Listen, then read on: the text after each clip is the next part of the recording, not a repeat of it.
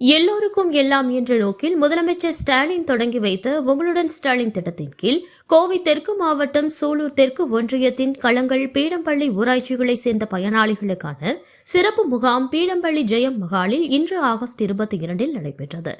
இந்த முகாமை கோவை தெற்கு மாவட்ட திமுக கழக செயலாளர் தளபதி முருகேசன் துவங்கி வைத்து பயனாளிகளுக்கு சான்றிதழ்களை வழங்கினார். நிகழ்வில் கழக நிர்வாகிகள் மற்றும் பொதுமக்கள் பலர் பங்கேற்றனர். இதனுடன் கோவை தெற்கு மாவட்டம் சுல்தான்பேட்டை மேற்கு ஒன்றியத்தின் கள்ளப்பாளையத்தில் புதிய பகுதி நேர ரேஷன் கடை திறக்கப்பட்டது. தளபதி முருகேசன் ரேஷன் அட்டைதாரர்களுக்கு அத்தியாவசிய பொருட்களை வழங்கி கடையை தொடங்கி வைத்தார்.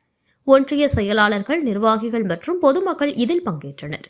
அதே நாளில் கள்ளப்பாளையம் திமுக கழகத்தின் மூத்த முன்னோடி காளிமுத்துவின் தந்தை வெளியங்கிரி மற்றும் இளையர்பாளையம் கிளைக்கழக அவைத் தலைவர் மந்திரியப்பன் மறைவுக்கு தளபதி முருகேசன் நேரில் சென்று குடும்பத்தாரிடம் ஆறுதல் கூறினார்.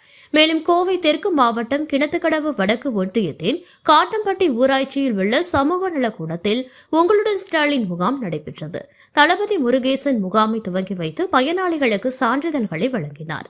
நிகழ்வில் மாவட்ட இளைஞர் அணி, தொழிலாளர் அணி, விவசாய அணி, கலை இலக்கிய பகுத்தறிவு பேரவை மற்றும் கழக நிர்வாகிகள், பொதுமக்கள் பங்கேற்றனர்.